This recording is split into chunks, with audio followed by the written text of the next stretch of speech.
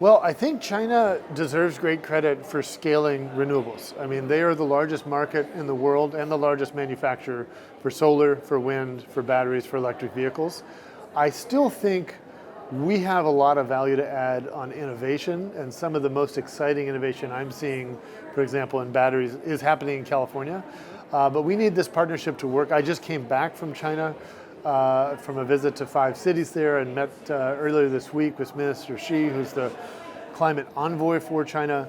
And I will just say this, we are always going to have some degree of economic tension and some degree of military tension with China, but the relationship is really what I call a frenemy relationship, and we have to lean into the climate collaboration part of that. And so no matter the state of those other dynamics, we have to have climate collaboration to meet the needs that climate change has put in front of us. And I think we can do that. I was very encouraged by my last visit there, and we'll hope to have continued exchange. I'm actually working with China right now, encouraging them to join this global offshore wind alliance. This morning when we joined at that ceremony, the EU has just joined, Panama just joined, and others, Australia.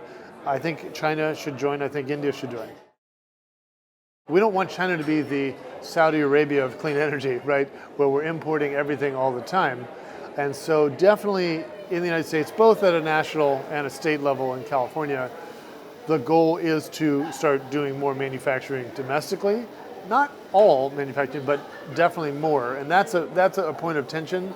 But I think we can certainly exchange a lot of learnings between China and California. I think, for example, one thing they're not doing in China that they should be is stationary battery storage for the grid. California, we're doing a lot of that. We built 9 gigawatts of that in 4 years. All right, our peak load is only 52 gigawatts, so we've added 9 gigs in 4 years. They're not doing that in China. They're still building new coal. That's a problem, and that to me is unacceptable. We have to do better. We have to stop building new fossil. We have to.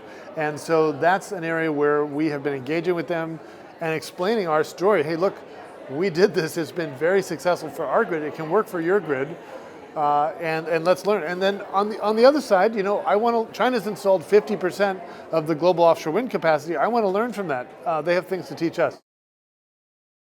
So generally speaking, I think there's a very elegant alignment between what is good for the environment, what's good for public health, and what's good for peace. Clean energy is good for peace. How many wars have been started and fought over oil? Would the Iraq War in the United States have happened if there weren't oil there? Where does Putin get his money?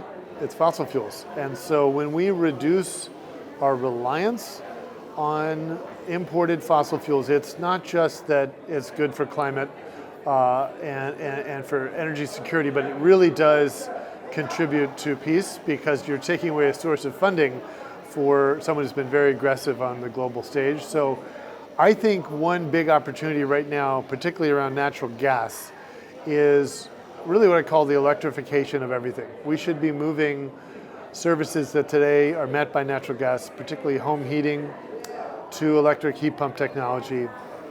Go big on that, and then go big on renewable sources of energy, like offshore wind, to supply those new electric loads. And I think the war is accelerating that process.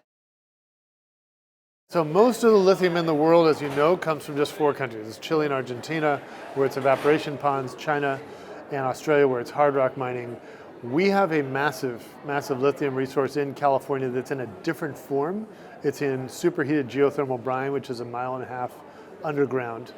We just released a report last week in the United States that adds up how much lithium that is, and there's enough for 375 million electric vehicles, which is more than enough to supply an electric vehicle to every single citizen of the United States. It's a huge reserve, and we need to develop that, and we want to see at the same time lithium development all over the world begin to scale. Lithium will be the oil of the clean energy future, but it's contributing to a better planet because there's no emissions associated with electric vehicles.